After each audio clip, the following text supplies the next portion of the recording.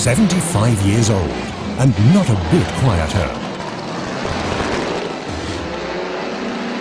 The Mercedes-Benz Silver Arrows have gathered together at the Nürburgring, a track rich in tradition. The unmuffled engine sounds remain a piece of racing history. And presenter Kilian Reichert meets the racing legend and Silver Arrow driver Hans Hermann. Hans Hermann, what's it like to drive a car like this? Then as now, do you have to be really fit? Is it very strenuous? As a driver, what do you have to look out for?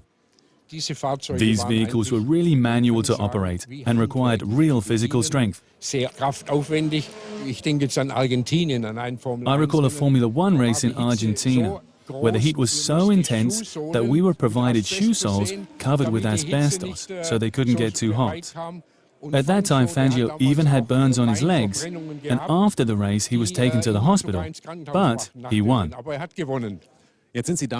Back then you drove your Silver Arrow over the legendary Nordschleife. Even today this racetrack is still very dangerous and extremely difficult even for modern cars. What was it like to drive on the Nordschleife?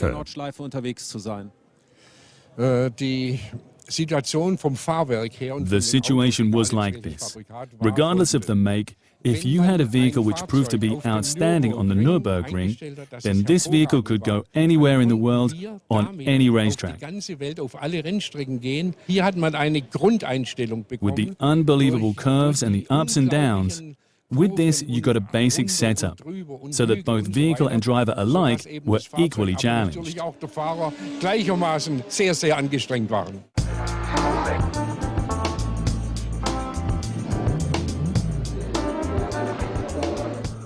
Kilian Reichert, together with Michael Bock, head of the Mercedes-Benz Museum, dives into the history of the race cars of old. We're standing next to a Silver Arrow from 1934. For its age, it has unbelievable performance. So what does this car mean for racing, especially back in those days? At that time, it was a revolution.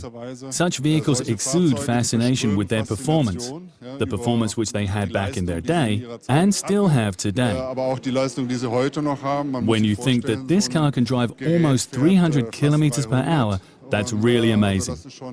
Those famous victories that were won, that is what makes Mercedes-Benz as a brand.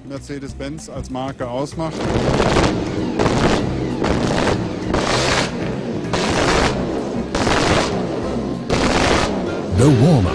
For the visitors, an unforgettable experience, optically and acoustically. We're now standing in the middle of the Silver Arrows. 4 cars are here. Now, as a rough estimate, how much are these cars worth? Well, you can't think of it like that. There are collectors who would buy such a vehicle. These sums are then paid out of pure emotion, according to the size of the wallet. So in a sense, it's unreal. These, of course, would be very large sums of money, because these vehicles have no price. Therefore, it always depends on the situation. But this would never happen, because the Silver Arrows are not for sale. No car has ever been sold, or ever will be. Good to know, because even if the thundering of the Silver Arrows at the Nürburgring is a memory, their legend still lives on.